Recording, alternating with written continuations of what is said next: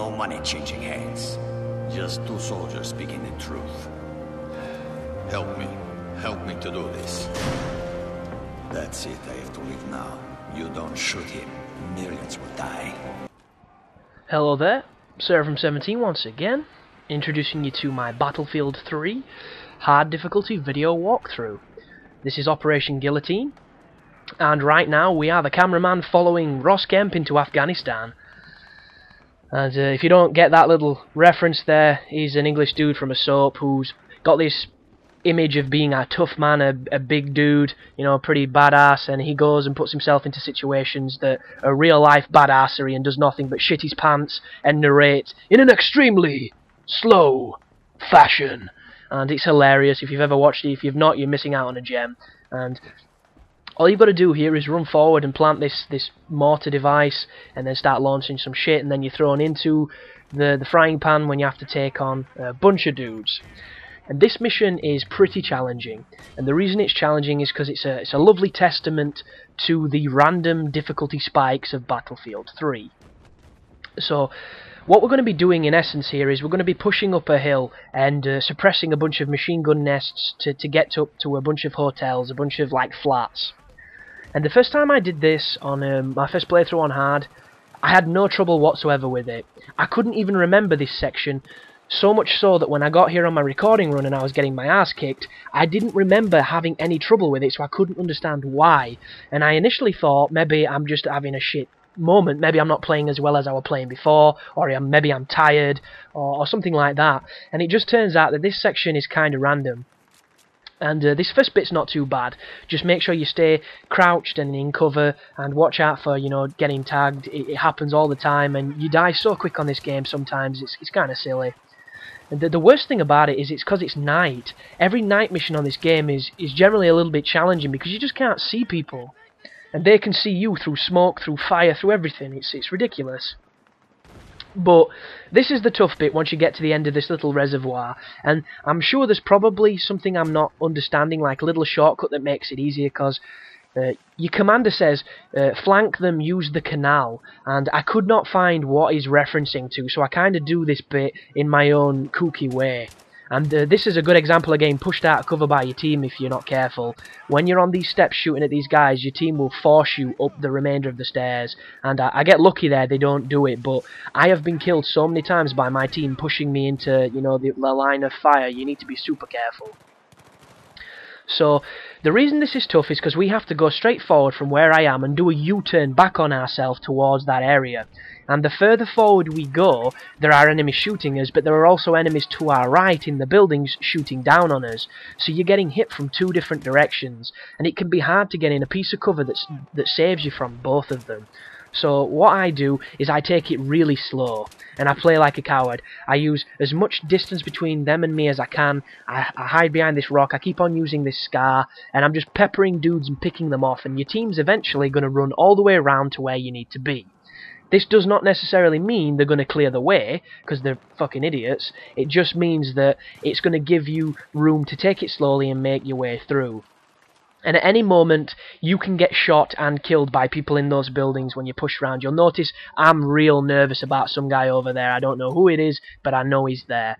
And this is where it starts to get a bit challenging, because there's people round this corner near the rocks. They're kind of hard to see, and there's not a lot of cover. And I mean, just look at that, I'm getting shot from the right. So I immediately run back to this wall, and I pray that nobody finishes me off with, you know, a flea bullet, but just creep your way back round, and you want to kill as many guys to your left as you can so you can push forward and get behind the first rock. As soon as you're behind that first rock, you can get your bearings, you can see who's shooting at you, and you can gradually make your way up. But if there's too many dudes when you're doing this, they will flank you and you'll get fucked. And there's nothing worse than, you know, screwing up a checkpoint a bunch of times and then trying to rush it and just dying because you rushed it. So you need to keep your patience as best you can and push up real slow. And if there is another way of doing this that makes it easier, you know, flanking or some secret little hovel I could have crawled through, please drop a message, because this is one of the more tougher bits of the game, just because you're getting hit from some distances and you can't see who's shooting you, and the lights, as much as I love them, do not help whatsoever. They do nothing but blind you. And this is the bit where I have a lot of trouble, because I can't even remember getting shot on this section, but I actually crawl to the waypoint on my belly because there's dudes shooting me that much, and I don't want to die, because I can't remember when the last checkpoint is, and I don't want to do it all again. And this game does have, unfortunately, something that seems like an unlimited spawn at times. I don't think it does have unlimited spawns, it just, sometimes you can see them spawning in, you can literally see them appear out of nowhere, and that's a little disheartening when you can keep seeing them getting replaced and you feel like you're not doing anything. But just take it slowly. They can see you a lot easier than you can see them, which really sucks, but it's just the nature of the beast. And some dudes, man, they must have Mr. T's for chests, because they take 5 or 6 bullets to go down. And I don't know if it's because they're wearing body armor, but I don't think they are. And sometimes you hit people in the face and you think, how is he not dead? And somehow he's alive. But just keep low near the rocks, keep cover. That dude just got railed. And I come down this little valley area here. I keep crouching forward and I'm just peppering dudes. And you'll notice those stairs directly in front of me, that's where we need to get to. But there's a bunch of enemies that keep spawning in that area, and the best thing to do here is to just pick off as many as you can. I was confused though right now. I didn't know if they were just going to keep coming until I pushed forward, so I recklessly lay down and crawl forward, and I end up getting shot to the bridge of death, like the brink of death, sorry. And I sit behind a rock praying. That's all I can really describe it as, because if they wanted to, they could have probably finished me off, but luckily enough they didn't, and I was able to keep pushing forward. The real threat as you move up here is the guys to your left in the windows, because they seem to have some ridiculous range, and that guy straight forward now that's doing some damage, there he goes, he kills my buddy. I'm just crawling, I'm stealthing, I'm doing a Rambo. I wait here just in case, I check my surroundings to make sure nobody's there. I'm super hesitant to push around this corner. I see a guy there, I thought I saw a guy. I can't quite see shit now. I'm moving up even further, and look at that. I am a bullet away from dying, and he doesn't finish me off, so whoever you are, kind piece of AI, thank you kindly.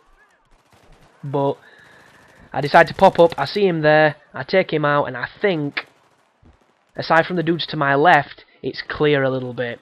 And this is when you have to do the whole balls to the floor running section, so I eke my way forward. Once again, I check my surroundings, and I get up. I run, I lay down.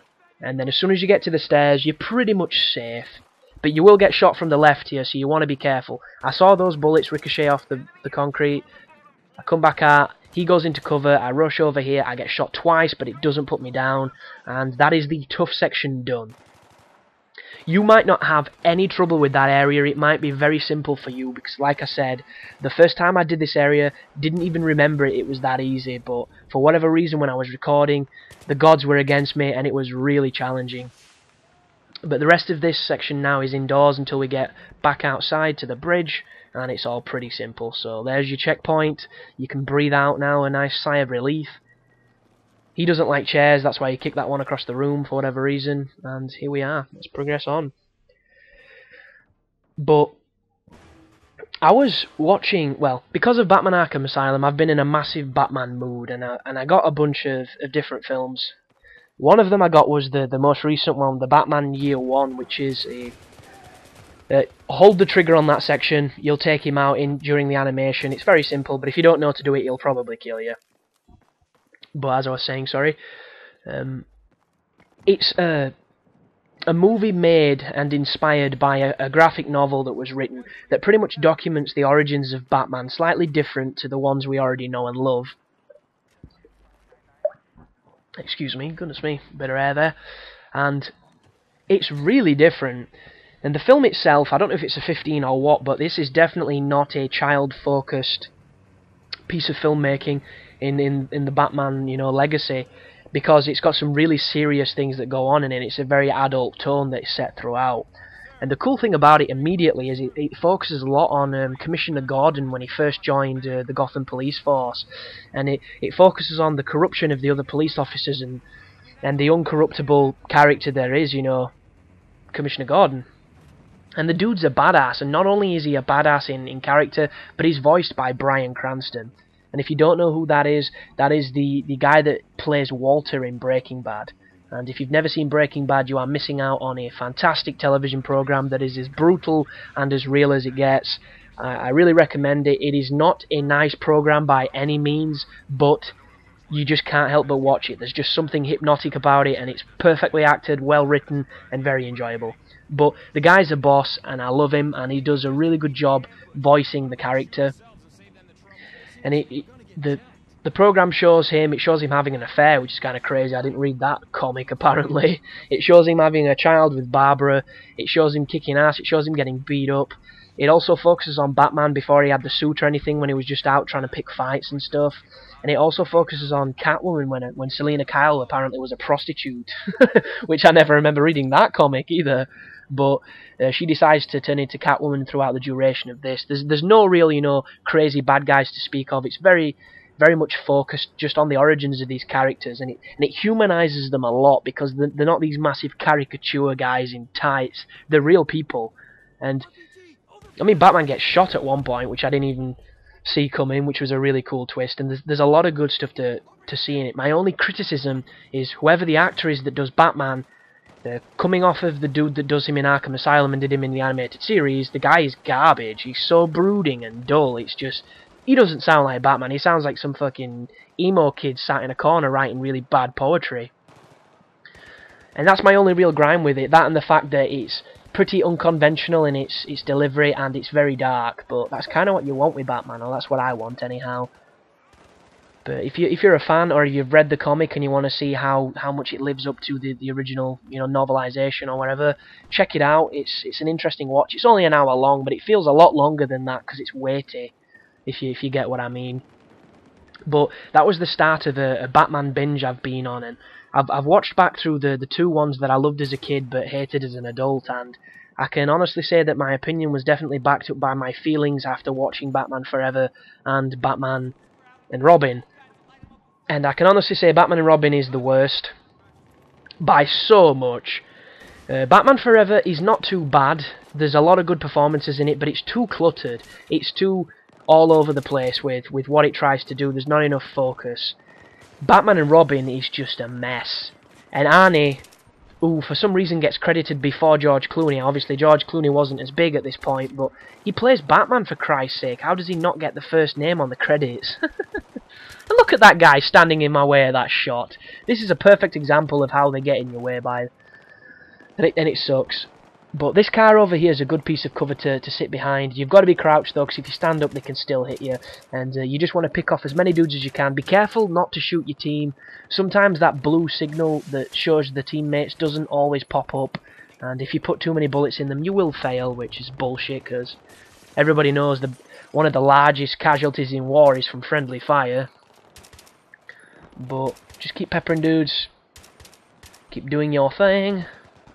Keep shooting, keep hiding. Gradually push forward. Don't get too aggressive though, because you can die so quickly, and the checkpoint's probably back on the bridge.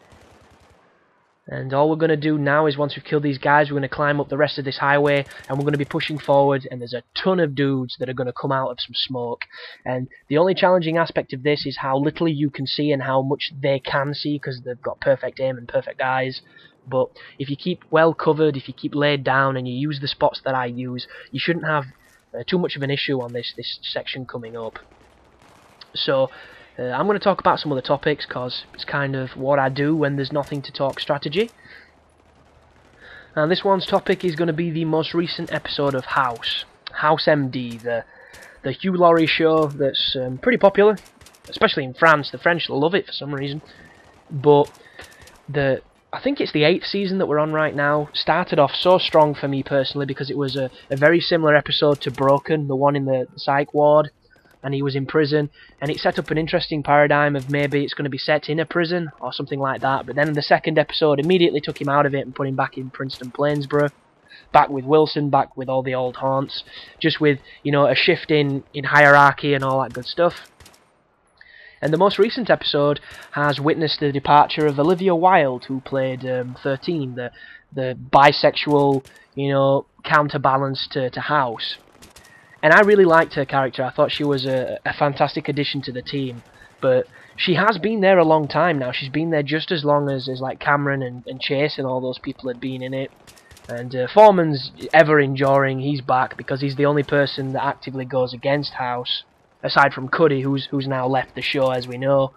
But they've introduced the new, neurotic Chinese bird who's in it, and now they've introduced the lady from the prison who I knew was going to come back. It was just one of those things. What would be the point in her having such an important role in that first episode if she didn't come back?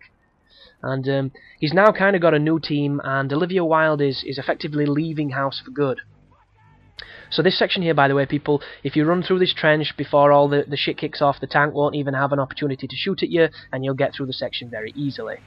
You'll have to wait for your team, though, because you're not capable of kicking a door on your own, for some reason.